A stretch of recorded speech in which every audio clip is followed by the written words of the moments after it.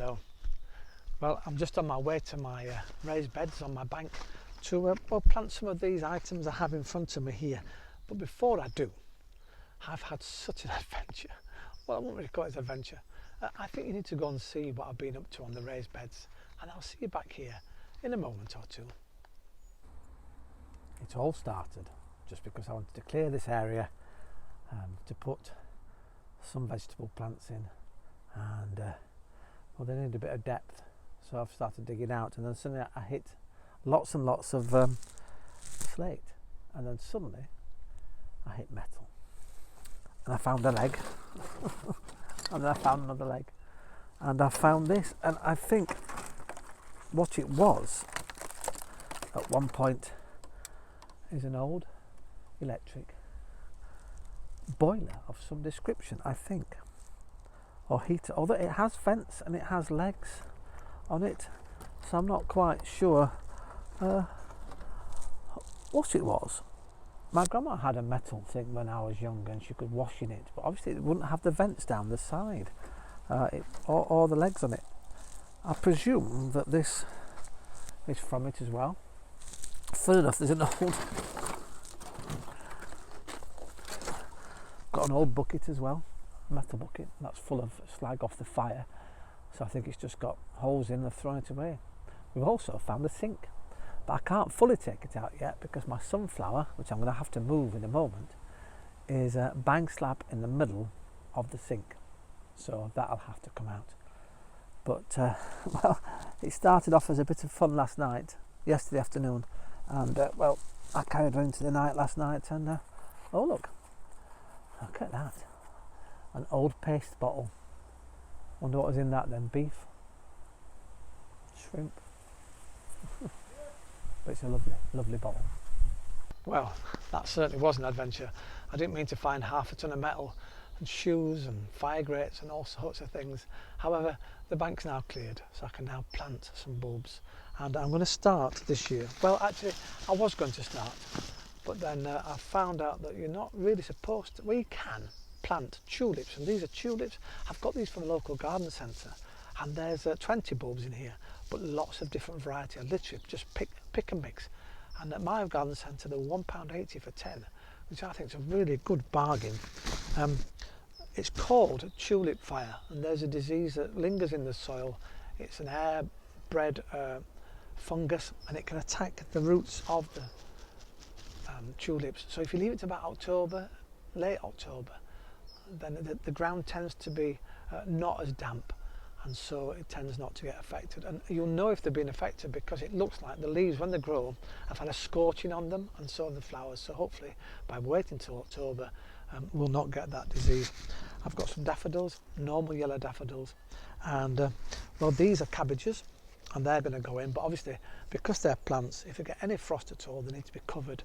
So get your fleece ready. If you've got a little cold frame already, just pop it over and that'll protect those, and throughout the winter months. But they are quite a hardy little plant. They'll produce cabbages of about £1, £2 in weight when you pick them, so that's almost a bag of sugar. So they'll be really nice and tight cabbages, so I'm looking forward to the spring ones. And well, this packet from October, so get out buying them now. These are peas. Yes, you can replant peas. These are called meteors. I'm looking forward to planting these because these are dwarf plants, which means I don't have to stake them, and they can self-supporting, and they produce lots of beautiful green peas. So they'll go in now. Again, once they start coming up, they can be sown directly in the ground from October onwards. I'm going to put some in my greenhouse and keep them going, and then slowly introduce them outside. Obviously, if the frosts come, cover them with fleecing or a cold frame again, and protect them throughout the winter months. Although again, they are quite hardy plants. So I've got plenty of work to do, and well, I'll see you shortly. We're about to go to a viewer's garden. We're off to Sweden, to Stockholm in fact, to visit Stefan and Joe and look at the things they've produced over these last few months. And look at those beautiful apples. They're fantastic, aren't they? And no doubt very tasty. And your tomatoes, your beautiful purple tomatoes, a bit like the ones I'm growing here in my allotment. And your beautiful plum tomatoes. Look at the colours on those. Really, really nice. Now, the funny thing about tomatoes is this year they've had a problem. I've been reading a few gardening magazines about this, and well, in fact, Katya sparked me off saying that her tomatoes shouldn't have been that size. And the reason being is there's two ways of growing tomatoes apparently. One is the hybrid ones, where they cross-pollinate in laboratories or inside frames, and the other one is to just grow naturally outside. And apparently the natural ones outside, the cross-pollination that's happened, hasn't been monitored that well this year. And so tomatoes have sort of cross-pollinated. So even if you bought cherry tomatoes this year, there's a possibility, if they weren't F1 hybrids, that you've got a different plant because they've cross-pollinated. It's not been checked whilst they've been growing. And so that's why some tomatoes this year have gone huge and not been cherry tomatoes. It's funny. So if you've been affected by this, then well, is it a good thing or a bad thing? I'm not quite sure. So I'm sat here next to my well, I think it is broccoli actually, and my red cabbage, and well, look at Stefan's cabbage. And in Sweden they call these black cabbages, and isn't it amazing? And it's actually in Italian, apparently they're called cavolo nero, the black cabbage, cavolo nero. I do apologise, Katya, if it's a rubbish pronunciation, but they're part of the kale family, and it's part of kale. So we probably have it here, known as kale. They're tough leaves, but they're really nice and big and tasty. Look at your lovely courgettes and your cucumbers. You've got a wide range of vegetables growing. So congratulations, Stefan and Joe. And thank you once again for sending in the pictures. Here we are in the house with a beautifully cut, freshly picked cabbage and freshly picked carrots. Fresh from my allotment. Thank you for watching the show, by the way.